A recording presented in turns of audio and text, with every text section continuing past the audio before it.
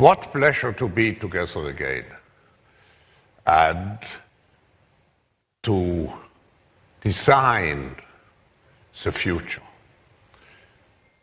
We are here to develop the great narrative, a story for the future.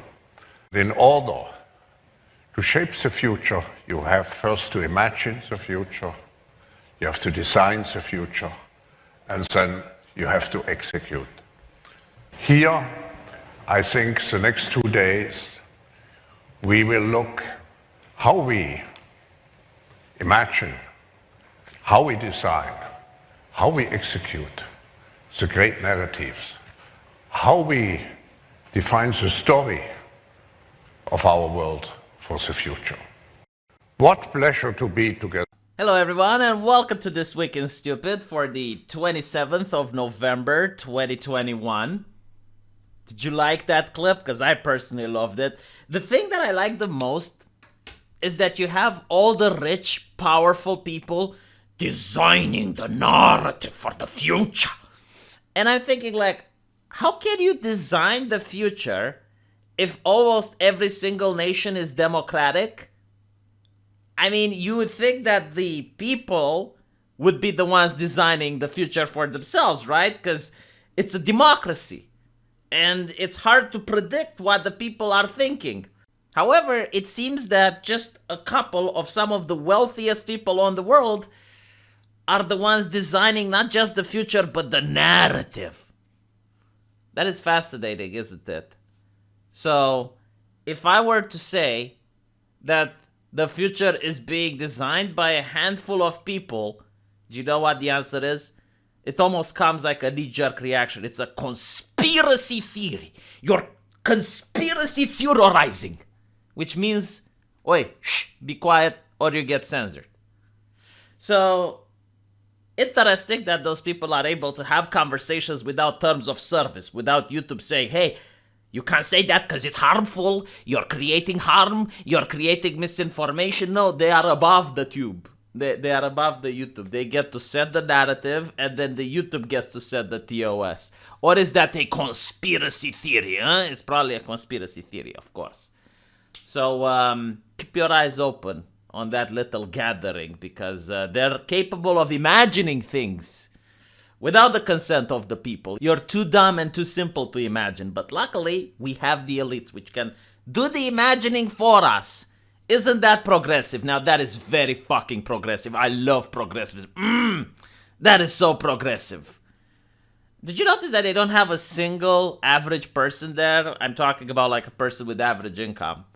Maybe like the waiter that actually serves the drinks. Maybe they're with average income. But I looked at the people that go to the World Economic Forum. Billionaires and millionaires, like Bernie Sanders likes to say. For some reason, he doesn't call them out. The World Economic Forum doesn't get called out. Very interesting. You know why? Because they set the narrative. And the narrative is to call out other people, not them. But you have many publications, many articles saying, no, don't worry about it. Like the World Economic Forums can't make legislation. It's just that the world leaders and the most influential people go there, talk to each other, agree on the narrative, and then they set legislation. But anyway, right, enough about the World Economic Forum because I'm a progressive person and apparently I shouldn't be talking about it. Let's talk about other more interesting thing. Usually I start with the funny news. So let's get to that. Apparently in Israel, an elderly Jewish woman has burned 10,000 in rent money because she was afraid of getting COVID. How did she manage? Well, apparently she bleached the money first, like took the bleach, went blub, blub, blub, blub, blub on the money, and then put it in the microwave. Now, I don't know why she did that. Apparently, if you were to put the money in the microwave without the bleach, it wouldn't burn. Because it's paper. The microwave doesn't function like that. But because she used bleach and then put it into the microwave, the bills caught fire. There is a happy ending to the story, however. The Israeli bank took the bills, identified them, and then reprinted the money for them. So the question is, what would you do if you burned 10,000? You just realized you burned 10,000. What is your reaction? What is the next step?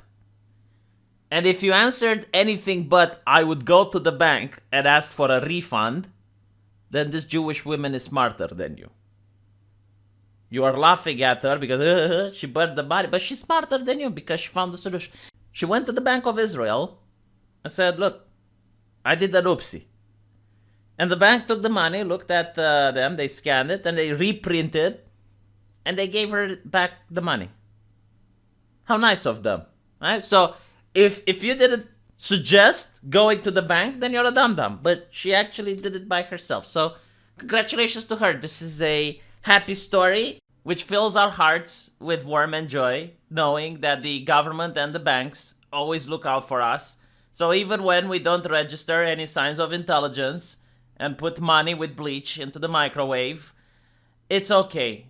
The banks will fix it. See, you don't have to think anymore. The banks and the government can do the thinking for you. It's like a safety net. A thinking safety net, if you will. Now, my next story is a little bit more gruesome. It's a horror story. Similar to the Frankenstein story, we're going to look at a person who managed to rise from the dead. A person who on the papers identified as not alive was actually found to have a pulse, much to the dismay of the German government, which locked him up.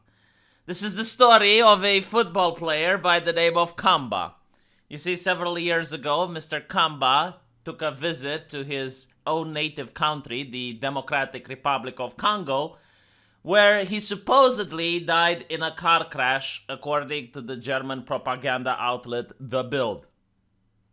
Now, following his supposed death, his wife made a claim on his insurance and collected a hefty payout using a death certificate from the Democratic Republic of Congo as proof of his death. She also went to the company where he worked at after ending his football career, a chemical plant, and also got £500,000 from them. One of the former clubs where Mr. Kamba worked at even wrote in an obituary stating, he represents the ideas and values of our club like few others. And I suppose this got a different meaning when it turns out that the man was alive. He was alive and lives in Germany. And of course, Germany being a racist country built on white supremacy like every other Western nation, decided to put the man on trial. And apparently he was found guilty and now has to spend time in prison. But what's interesting, two things I have to mark. Number one, while the trial was going, his old chemical plant hired him again. Can you imagine? Like, there's this guy coming to your company, and one day he stops showing, and the wife comes up. It's like, my husband passed away, man, give me insurance money. And then like 3 years later, the husband comes back alive, like Jesus appearing in front of Thomas, and he's asking for his job back.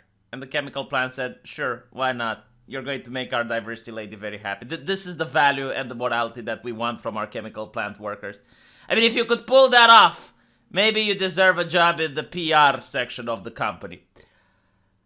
So at the trial, he actually said that his mother, along with his wife, kidnapped him in Congo and sent him into the jungle where he couldn't find any way to contact the outside world.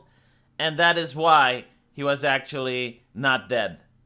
Doesn't really explain how he teleported all the way to Germany where people recognized him on the street. A little bit interesting, right? Like, famous football player, you would think you'd stay away from Germany. But it is what it is. So good news is that he managed to pull off a resurrection. Bad news is that unfortunately he has to go to jail.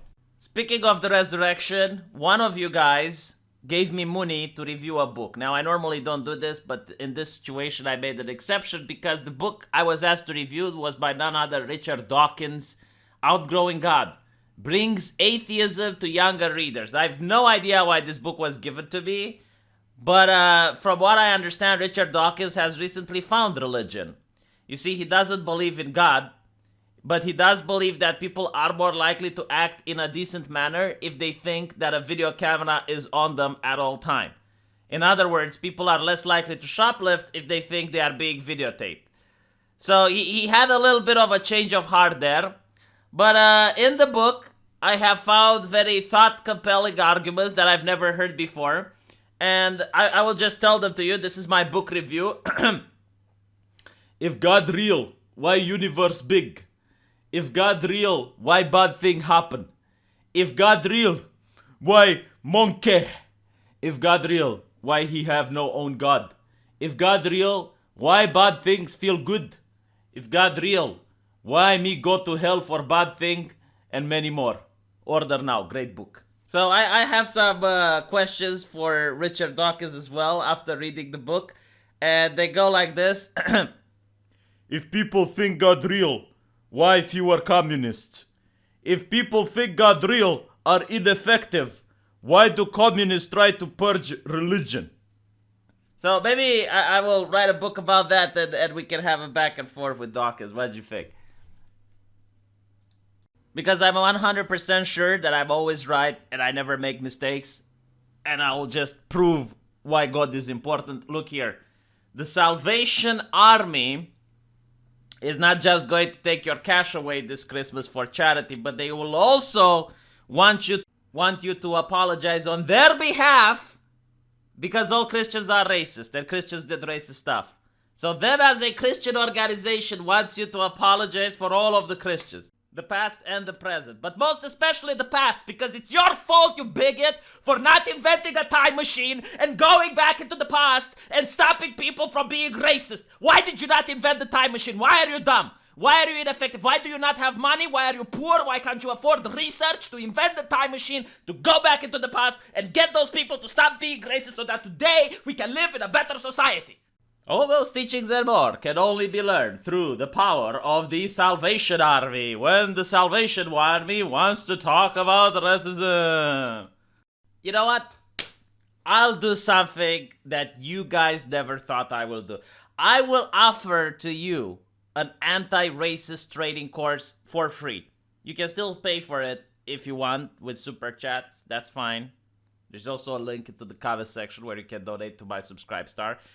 But you don't have to, okay? This is for free. Robin DiAngelo goes around universities and it usually costs 20 grand for her to give a speech, but I give it to you for free so you can get a lot of value for being on this channel. Now, what most anti-racists will tell you is that if you're a white person, you are racist because you carry the sin of your ancestors on your shoulders. And the only way forward is to become a devotee of anti-racism. You need to devote all your life, every second of your being, every ounce of energy, you need to devote it to the cause of anti-racism. This is what most anti-racists will tell you. But what if I told you there is another way? What if I told you there is an easier way? What you can do is, number one, stop being poor. That's the most important thing. In order to stop being poor, you need to make money. If you make money, you're not poor. And finally, you need to become the CEO of a multi-billion-dollar corporation. Preferably a bank. But if you can't do that, you just go to any other global corporation. And once you become the CEO, you become the private company which can do whatever it wants. See, as a citizen, you can't do whatever you want. There are rules. But if you become a corporation, then you can do whatever you want. Because a private company can do whatever it wants. So that is how you stop being racist. For example, Best Buy is not racist. Best Buy is anti-racist, even though it's being led by a white guy. So this message was sent to all employees, resource group members. See, it's sent to the members. It's not sent to the CEO. Because the CEO isn't racist. He has managed to transcend whiteness. And he is now the CEO of a multi-billion-dollar corporation. So he doesn't get this message. Right? This message is for the people that haven't transcended. And it says, the verdict in Kyle Rittenhouse stirs many emotions. And it's another difficult moment for our nation. While these events can be challenging and deeply hurtful, I hope you will take a moment to reflect on the values that unite us as a company and the nation. We can do better. We will do better as each of us, as individual allies and human beings, press together for better outcomes. But notice, no mention of the CEO, right? Because the CEO has transcended humanity, individual, allies, blah, blah, blah. He is the private corporation, and unlike everyone else, he can do whatever he wants. I know events like these can take a toll on our mental health and emotional well-being. Please note that Best Buy is here to support you. You can take advantage of our mental health resources, including Life Solution counseling services. The Employee Assistance Program offers free confidential services available 24/7 for all employees living in their households. By engaging together and supporting one another like a good fascist company, we promote empathy, courage, grace. We can continue to strengthen our company and community to stand together as one. By the way, a good way of getting out of depression is to shop. So you can now shop at Best Buy and you can forget about your problems while you're there spending your money. Now, it's important for those of you who don't listen to my advice and don't become rich and don't become the CEO of a multi-billion-dollar corporation. It's very important to understand that corporations help you think. It's important that you get a job at one of these corporations because once you work for them, you sell your soul. And they control your thoughts even when you're not at work. So even when you're at home and you do the clickety-clack on the keyboard, if you say something offensive, they have the power to fire you. They punish you, even for what you do in your free time. But don't look at this as a bad thing. Look at this as a good thing. Like they own your soul, but to make sure that you're not sinful. So in a way, it's a good thing that they own your mind and your ideas. And you can see what happens when a person stops working for a corporation. For example, this ex-NBA player who had a little bit too much to think. I just don't get it. Our focus should be on Ahmaud Arbery. It shouldn't be on Kyle Rittenhouse. That, to me, in my opinion, looked like self-defense. The courts found it as self-defense. The only bad thing is that he had to sit in jail for so long because they made something political that wasn't or shouldn't have been political. If you're going to get a boy the gun charge, give him the damn gun charge or let the boy out. I'm sure a 17-year-old walking around with a shotgun would have been a misdemeanor, which would have been probation. He could have been home eating Fruit Loops or whatever the hell he eat. But instead of that, we want to make it like, we want to tie it in. We want to tie it into something black. We want to tie it into something bigger so we can have people come out and march and get checks off a little teenager's back. And that to me is corny. Trying to get money off of teenagers, trying to use the situation for a political gain, to me, that's corny. Everything ain't political, okay? It's a bunch of racist, you know what it is? A bunch of people getting paid to push this racist shit. That's all it is. These motherfuckers ain't got no lane. They ain't really done got nothing to say. The only thing they get paid off of is talking about how racist it is. Them motherfuckers got good cars, good houses, good everything, telling you how bad it is. Motherfucker, it don't look bad. You driving a Benz. You got down flying all over the world. You speaking engagements. You motherfucker got black ties and security and shit. How you motherfucker so bad off? I'm trying to figure out. I saw goddamn Al Sharpton, Jesse Jackson. I saw goddamn Roland Martin. Them motherfuckers got black tie security. Them motherfuckers got black SUV. Them motherfuckers riding in style. They stayed at the hotel I stayed at. They was on the island. They over there living good and pimping. So how in the fuck is it so bad? Did you see that? Did you see what that man just said? He would not have said this if he worked for a decent corporation. If he still worked at the NBA, they would have made sure that if he say things like this, it would jeopardize his career. He could get fired. So that is why it's so important that every single person works for a corporation, because otherwise they say harmful things, and that is very dangerous for our democracy. So I now need to come here and explain to you why the Kyle Rittenhouse case is so dangerous. It's because the most important aspect, and this is what the mainstream media warned us about, people will just think it's okay to cross state lines. And I want to say, I have been given by one of my subscribers a footage with him about to cross state lines. So ladies and gentlemen, I warn you beforehand, the footage you're about to see may be very triggering for some audience. But as you can see, the subscriber of mine has given me photos of him doing it. He's actually doing it. He's going to cross state lines. And I am literally shaking because I don't know when I can report him from Romania. I think the Romanian Secret Service should be aware about it.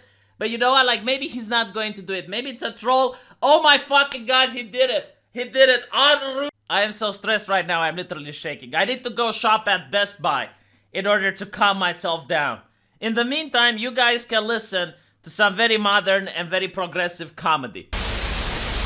Coal is from my ass. You know that, right? Like you're Hey, that might not be the type of comedy you like, but it's the comedy you deserve, you polluting asshole. You are to blame. You, yes, you. You, because you're selfish and you're greedy. And you don't vote properly. If you voted for a communist system, none of this would have happened.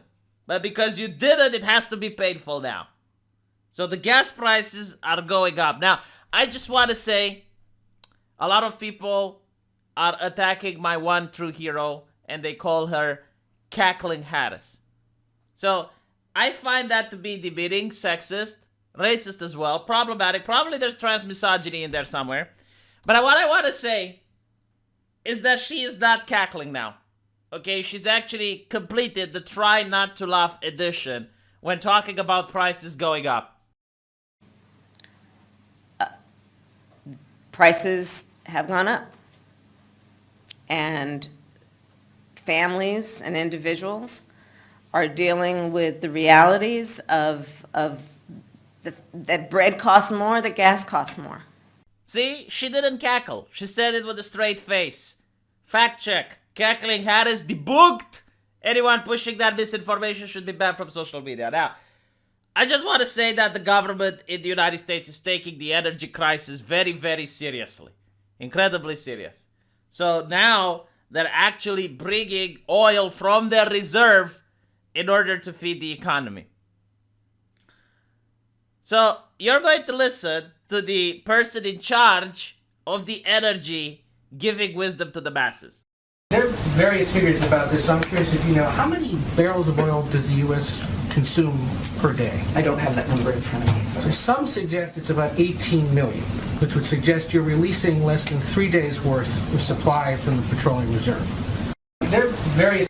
I mean, look, you bigot, the situation is simple. There's not enough oil to go around. There's a shortage. And because of that, the prices go up. But the United States has oil reserves. They keep those barrels just for rainy days. And now it's a rainy day, so they thought, all right, we're going to pull out some barrels in order to fix the shortage so that the prices go down. Now, when the Secretary of Energy is asked by the media, all right, but how many barrels of oil does the U.S. consume in a day? She's like, I don't know. Like, well, how many barrels did you put there? Like, how do you know how many barrels to take away from the reserve for the price to go down? Look. See, the reason people are asking these questions is because they're sexist. Like, they notice it's a woman, so they are harassing her with these questions that they would not ask if it was a man. If it was a man, they would have had faith in the experts, which are supplemented by the fact checkers, and that's when they know that they shouldn't ask questions. Like, let the experts and the fact checkers think for you. Don't ask too many questions. Because asking questions can have difficult answers which make people unhappy. Why are you a sadistic prick and you want to make people unhappy? Let people be happy. Stop asking questions. Because otherwise, you may get answers like this. Moreover, do you think that higher gas prices are good for America or bad for America? Yes or no answer would be fine there. Senator, that's a tricky question because I do remember Hurricane Are Katrina. higher gas prices good for America or bad for America, Doctor? It's probably bad for America. It's not my expertise. I'm not sure exactly what you're asking. Mr. Chairman, I'd let the record reflect that this witness is having a hard time acknowledging that higher gas prices are bad for America. See, this is why I love experts and fact checkers, because they can think for me. Because if I try to think myself, I get confused. Because on one hand, gas is bad, so we need to stop making pipelines because gas is bad, but the prices are going up, so gas is good, so we need to take some barrels from the supply in order to make sure that the prices go down again, so we need to actually use gas. But no, gas is bad because Katrina But actually, you know, gas is good, but it's the fault of the evil capitalist corporations. We know exactly who the oil companies, what the oil companies pay attention to, what is their number one priority, profits. And so think about it this way. If this were just ordinary inflation, we might see prices go up. But prices at the pump have gone up. Why? Well, let me give you a hint. Chevron, Exxon have doubled their profits. This isn't about inflation. This is about price gouging for these guys. So I get it. When we see prices go up, we're all concerned, and the Republicans want to come in and just try to hammer on one theme about this economy. But we got to pay attention to the fact that folks like the oil companies say, I think it's just another opportunity to make profits, and we need to call them out on that. See, now, if I were to think for myself for even a second, which is very painful to do because I usually allow the experts and the fact checkers to think for me, I would say that because the government overnight decided to shut down the economy without any prior warning, without telling anyone that they're going to do this, they just decided, no, boom, shut it down. A lot of businesses who used gas went under lockdown. So now people aren't asking for gas, which means that the gas companies are suffering a major loss. Now, you don't see Elizabeth Warren concerned about the fact that the gas companies are in a pickle. She doesn't have any compassion for them or the people who work there, right? Now, when the economy gets restarted, then people got a lot of funny money. They got a lot of printed money from the government. Well, they want to spend that money. So everyone wants to spend that money, which means that now there is a higher demand of the gas than there is a supply of the gas. Like, people want more than is being produced. Now what happens in a dictatorship, when an essential good is not enough to go for everyone, they usually come up with rations. So they will tell you stuff like you're not allowed to drive your cars during the weekends, you're not allowed to buy more than 1 liter of gas per month. That's what happens in a dictatorship. In a free market, rationing comes into the form of raising prices so that people use less of the good naturally because they don't have the money to buy it like they used to, or people who literally don't need that product, they can choose not to get it because they're like, well, my life doesn't depend on it, so I guess I'll buy it when the prices go down. That is what rationing happens in a free market. That's how it looks like. But of course, you know, I don't like thinking for myself. I'm just an idiot. I need to listen to people like Elizabeth Warren more. The solution is for the government to take control of the oil industry, to nationalize the oil industry, and then the government will set a correct price, and it will just magically cause the shortage to go away. Because when the government takes control of a company, we know there's going to be enough for everyone. There's not going to be any shortages. There's not going to be any problems. And at the same time, the government will have zero carbon emissions, but also allow gases so that the price doesn't go down. I mean, it all makes sense. All right? I just going to start thinking about it. Now, I wanted to go relax, so I opened the television, and the people there were very concerned. The employees of the multi-billion-dollar news corporation were very scared. And I could see it on their face that they were scared, and they wanted me to be scared as well, because there's a new super mega duper COVID variant on the market. It's called Omicron. Omicron. Okay, so now I need to be very concerned because there's Omicron. Now, I was a little bit more concerned over the fact that I understand they use the Greek alphabets now. Because for a good time in human history, we could call an illness based on the country where the first case was being detected. So, for example, the Spanish flu. No one said that's xenophobic, but now because it's in China, China is very strong, very powerful, and can bend the West to its knees. So it's racist and xenophobic to call it the Chinese virus, right? So you're supposed to call it COVID. However, there were a couple of months that I remember very well when people agreed that it's racist to say China virus and you would get in problems with it with moderators, but you could say the Indian variant, or you could say the English variant. So the variants were fine as long as they didn't come from China. But I guess like the people realized it's like, all right, I mean, that's a little bit ridiculous. So let's use the Greek alphabet instead. So instead of the Indian variant, you would call it the Delta variant, or you'd call it the new variant, right? So I was excited to see the blockbuster Z variant, and it was coming. It was an upcoming blockbuster, but apparently we're Omicron. Why does no one like Z? Why are people dissatisfied with Z? What is the problem with Z, huh? Why can't we have the Z variant? Why not that? I mean, we know it's a communist variant because it turns our nations communist, and every time they happen, like, boom, the government, let us take control of the economy.